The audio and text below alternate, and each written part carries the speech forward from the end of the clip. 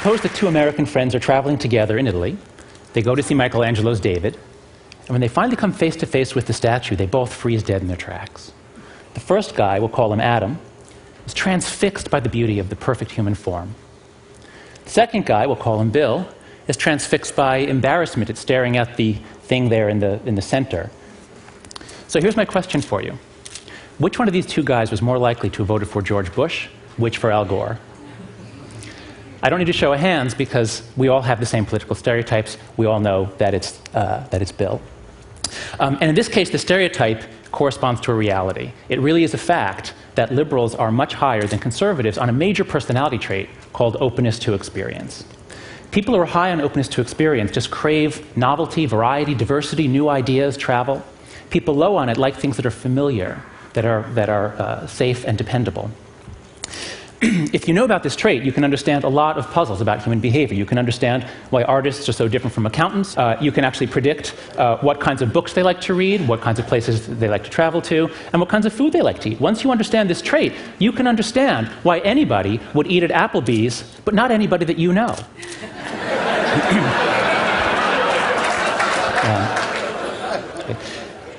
This trait also tells us a lot about politics. The main researcher of this trait, Robert McCrae, says that open individuals have an affinity for liberal, progressive, left-wing political views. They like a society which is open and changing. Whereas closed individuals prefer conservative, traditional, right-wing views. This trait also tells us a lot about the kinds of groups people join. So here's a description of a group I found on the web. What kinds of people would join a global community welcoming people from every discipline and culture who seek a deeper understanding of the world and who hope to turn that understanding into a better future for us all? This is from some guy named Ted. Well, let's see now. If openness predicts who becomes liberal and openness predicts who becomes a Tedster, then might we predict that most Tedsters are liberal? Let's find out. I'm going to ask you to raise your hand whether you are liberal, left of center on social issues we're talking about primarily, or conservative, and I'll give a third option because I know there are a number of libertarians in the audience. So right now, please raise your hand, down in the simulcast rooms too. Let's let everybody see who's here. Please raise your hand if you would say that you are liberal or left of center. Please raise your hand high right now. Okay. Please raise your hand if you'd say you're libertarian. Okay, about 2 dozen. And please raise your hand if you'd say you are right of center or conservative. 1, 2, 3, 4, 5, about 8 or 10. Okay. This is a bit of a problem. Because if our goal is to understand the world, to seek a deeper understanding of the world, our general lack of moral diversity here is going to make it harder. Because when people all share values, when people all share morals, they become a team. And once you engage the psychology of teams, it shuts down open-minded thinking. When the liberal team loses, as it did in 2004 and as it almost did in 2000, we comfort ourselves. We try to explain why half of America voted for the other team. We think they must be blinded by religion or by simple stupidity.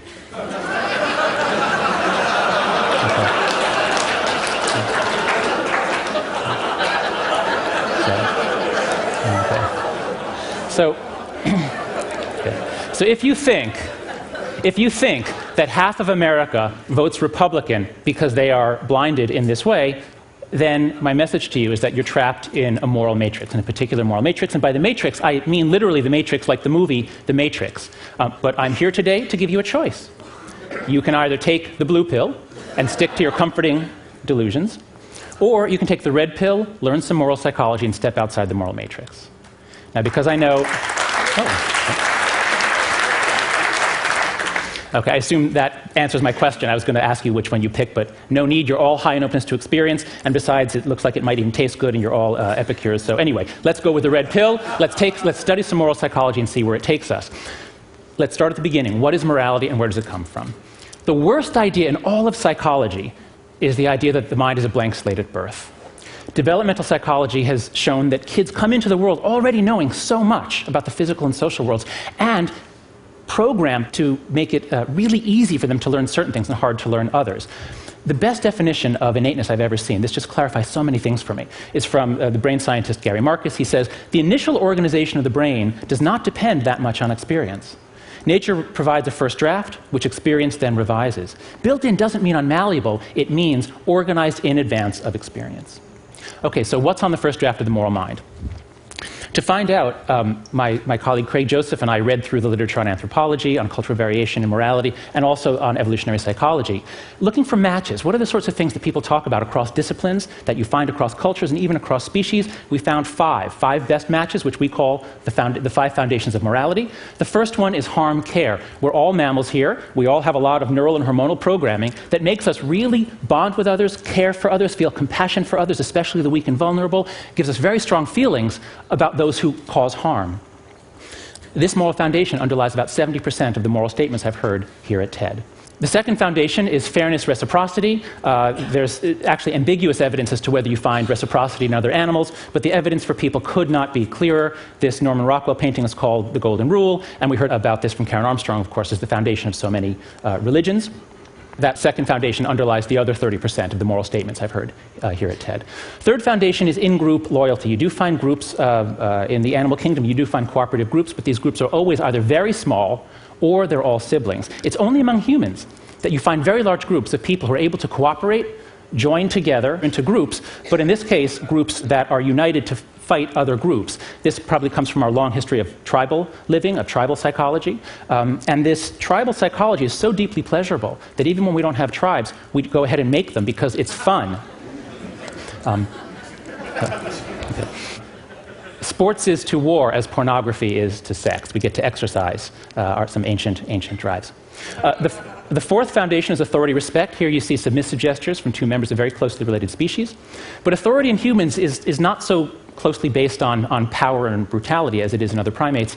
It's based on more voluntary deference and even elements of love at times. The fifth foundation is purity, sanctity. This painting is called The Allegory of Chastity. But purity is not just about suppressing female sexuality. It's about any kind of ideology, any kind of idea that tells you that you can attain virtue by controlling what you do with your body, by controlling what you put into your body. And while the political right may moralize sex much more, the political left is really doing a lot of it with food. Food is becoming extremely moralized nowadays. And a lot of it is ideas about purity, about what you're willing to touch or put into your body. I believe these are the 5 best candidates for what's written on the first draft of the moral mind. I think this is what we come with, at least a preparedness to learn all of these things. But as my son Max grows up in a liberal college town, how is this first draft going to get revised? And how will it end up being different from a kid born 60 miles south of us in Lynchburg, Virginia? To think about cultural variation, let's try a different metaphor. If there really are 5 systems at work in the mind, 5 sources of intuitions and emotions, then we can think of the moral mind as being like one of those audio equalizers that has 5 channels where you can set it to a different setting on every channel. And my colleagues Brian Nozick and Jesse Graham and I made a questionnaire, which we put up on the web at www.yourmorals.org. And so far, 30,000 people have taken this questionnaire, and you can too. Here are the results. Here are the results from about 23,000 American citizens. On the left, I've plotted the scores for liberals. On the right, those for conservatives. In the middle, the moderates. The blue line shows you people's responses on the average of all the harm questions. So as you see, people care about harm and care issues. They give high endorsement of these sorts of statements all across the board. But as you also see, liberals care about it a little more than conservatives. The line slopes down. Same story for fairness. But look at the other 3 lines. For liberals, the scores are very low. Liberals are basically saying, no, this is not morality. In-group authority, this stuff has nothing to do with morality, I reject it. But as people get more conservative, the values rise. We could say that liberals have a kind of a 2-channel or 2-foundation morality.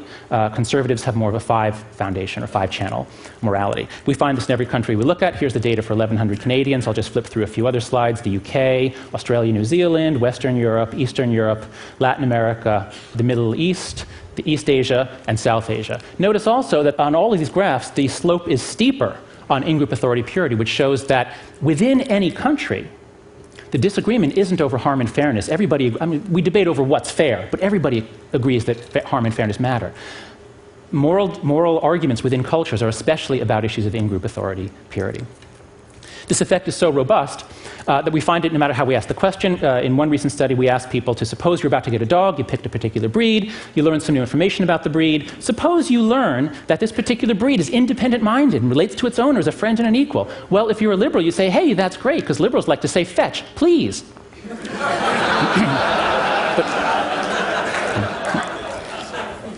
But if you're conservative, that's not so attractive. If you're conservative and you learn that a dog is extremely loyal to its home and family and doesn't warm up quickly to strangers, for conservative, well, loyalty is good. Dogs ought to be loyal. But to a liberal, it sounds like this dog is running for the Republican nomination. So you might say, okay, there are these differences between liberals and conservatives, but what makes those three other foundations moral? Aren't those just the foundations of xenophobia and authoritarianism and Puritanism? What makes them moral? The answer, I think, is contained in this incredible triptych from Hieronymus Bosch, The Garden of Earthly Delights. In the first panel, we see the moment of creation. All is ordered, all is beautiful, all the people and animals are doing what they're supposed to be doing, where they're supposed to be. But then, given the way of the world, things change. We get every person doing whatever he wants with every aperture of every other person and every other animal. Some of you might recognize this as the 60s. But the 60s inevitably gives way to the 70s, where the cuttings of the apertures hurt a little bit more. Of course, Bosch called this hell. So this triptych, these three panels, portray the timeless truth that order tends to decay, the truth of social entropy. But lest you think this is just some part of the Christian imagination where Christians have this weird problem with pleasure, here's the same story, the same progression, told in a paper that was published in Nature a few years ago, in which Ernst Fehr and Simon Gachter had people play a commons dilemma, a game in which you give people money, and then on each round of the game, they can put money into a common pot, and then the experimenter doubles what's in there, and then it's all divided among the players. So it's a really nice analog for all sorts of environmental issues, where we're asking people to make a sacrifice, and they themselves don't really benefit from their own sacrifice, but you really want everybody else to sacrifice, but everybody has a temptation to free ride. And what happens is that at first people start off reasonably cooperative. This is all played anonymously. On the first round, people give about half of the money that they can, but they quickly see, you know what, other people aren't doing so much, so I don't want to be a sucker, I'm not going to cooperate, and so cooperation quickly decays from reasonably good down to close to zero. But then, and here's the trick, Fehr and Gachter said on the seventh round, they told people, you know what, new rule, if you want to give some of your own money to punish people who aren't contributing, you can do that. And as soon as people heard about the punishment issue going on, cooperation shoots up. It shoots up and it keeps going up. There's a lot of research showing that to solve cooperative problems, it really helps. It's not enough to just appeal to people's good motives. It really helps to have some sort of punishment, even if it's just shame or embarrassment or gossip. You need some sort of punishment to bring people, when they're in large groups, to cooperate. There's even some recent research suggesting that religion, priming God, making people think about God, often in some situations leads to more cooperative, more pro-social behavior. Some people think that religion is an adaptation evolved both by cultural and biological evolution to make groups cohere, in part for the purpose of trusting each other and then being more effective at competing with other groups. I think that's probably right, although this is a controversial issue. But I'm particularly interested in religion, in the origin of religion, and in what it does to us and for us, because I think that the greatest wonder in the world is not the Grand Canyon. The Grand Canyon is really simple. It's just a lot of rock and then a lot of water and wind and a lot of time, and you get the Grand Canyon. It's not that complicated. This is what's really complicated, that there were people living in places like the Grand Canyon, cooperating with each other, or on the savannas of Africa, or on the frozen shores of Alaska. And then some of these villages grew into the mighty cities of Babylon, and Rome, and Tenochtitlan. How did this happen? This is an absolute miracle, much harder to explain than the Grand Canyon. The answer, I think, is that they used every tool in the toolbox. It took all of our moral psychology to create these cooperative groups. Yes, you do need to be concerned about harm, you do need a psychology of justice, but it really helps to organize a group if you can have subgroups, and if those subgroups have some internal structure, and if you have some ideology that tells people to suppress their carnality, to pursue higher, nobler ends. And now we get to the crux of the disagreement between liberals and conservatives. Because liberals reject three of these foundations. They say, no, let's celebrate diversity, not common in-group membership. They say, let's question authority, and they say, keep your laws off my body. Liberals have very noble motives for doing this. Traditional authority, traditional morality can be quite repressive and restrictive to those at the bottom, to women, to people who don't fit in. So liberals speak for the weak and oppressed. They want change and justice, even at the risk of chaos. As this guy's shirt says, stop bitching, start a revolution. If you're high on openness to experience, revolution is good, it's change, it's fun. Conservatives, on the other hand, speak for institutions and traditions. They want order, even at some cost, to those at the bottom. The great conservative insight is that order is really hard to achieve, it's really precious, and it's really easy to lose. So as Edmund Burke said, the restraints on men, as well as their liberties, are to be reckoned among their rights. This was after the chaos of the French Revolution. So once you see this, once you see that liberals and conservatives both have something to contribute, that they form a balance on change versus stability, then I think the way is open to step outside the moral matrix. This is the great insight that all the Asian religions have attained. Think about yin and yang. Yin and yang aren't enemies. Yin and yang don't hate each other. Yin and yang are both necessary, like night and day, for the functioning of the world. You find the same thing in Hinduism. There are many high gods in Hinduism. Two of them are Vishnu, the preserver, Shiva, the destroyer. This image actually is both of those gods sharing the same body. You have the markings of Vishnu on the left, so we could think of Vishnu as the conservative god. You have the markings of Shiva on the right. Shiva is the liberal god, and they work together. You find the same thing in Buddhism. These two stanzas contain, I think, the deepest insights that have ever been attained into moral psychology. From the Zen master Sen-san. If you want the truth to stand clear before you, never be for or against. The struggle between for and against is the mind's worst disease. Now, unfortunately, it's a disease that has been caught by many of the world's leaders. But before you feel superior to George Bush, before you throw a stone, ask yourself, do you accept this? Do you accept stepping out of the battle of good and evil? Can you be not for or against anything? So what's the point? What should you do? Well, if you take the greatest insights from ancient Asian philosophies and religions and you combine them with the latest research on moral psychology, I think you come to these conclusions, that our righteous minds were designed by evolution to unite us into teams, to divide us against other teams, and then to blind us to the truth. So, what should you do? Am I telling you to not strive? Am I telling you to embrace Sen-san and stop with this struggle of for and against? No, absolutely not. I'm not saying that. This is an amazing group of people who are doing so much, using so much of their talent, their brilliance, their energy, their money to make the world a better place, to fight wrongs, to solve problems. But as we learned from Samantha Power in her story about Sergio Vieira de Mello, you can't just go charging in saying you're wrong and I'm right. Because as we just heard, everybody thinks they are right. A lot of the problems we have to solve are problems that require us to change other people. And if you want to change other people, a much better way to do it is to first understand who we are, understand our moral psychology, understand that we all think we're right, and then step out, even if it's just for a moment, step out, check in with Sen-san. Step out of the moral matrix, just try to see it as a struggle playing out in which everybody does think they're right, and everybody at least has some reasons. Even if you disagree with them, everybody has some reasons for what they're doing. Step out, and if you do that, that's the essential move to cultivate moral humility, to get yourself out of this self-righteousness, which is the normal human condition. Think about the Dalai Lama. Think about the enormous moral authority of the Dalai Lama, and it comes from his moral humility. So I think the point of my talk, and I think the point of TED, is that this is a group that is passionately engaged in the pursuit of changing the world for the better. People here are passionately engaged in trying to make the world a better place. But there is also a passionate commitment to the truth. And so I think that the answer is to use that passionate commitment to the truth to try to turn it into a better future for us all. Thank you.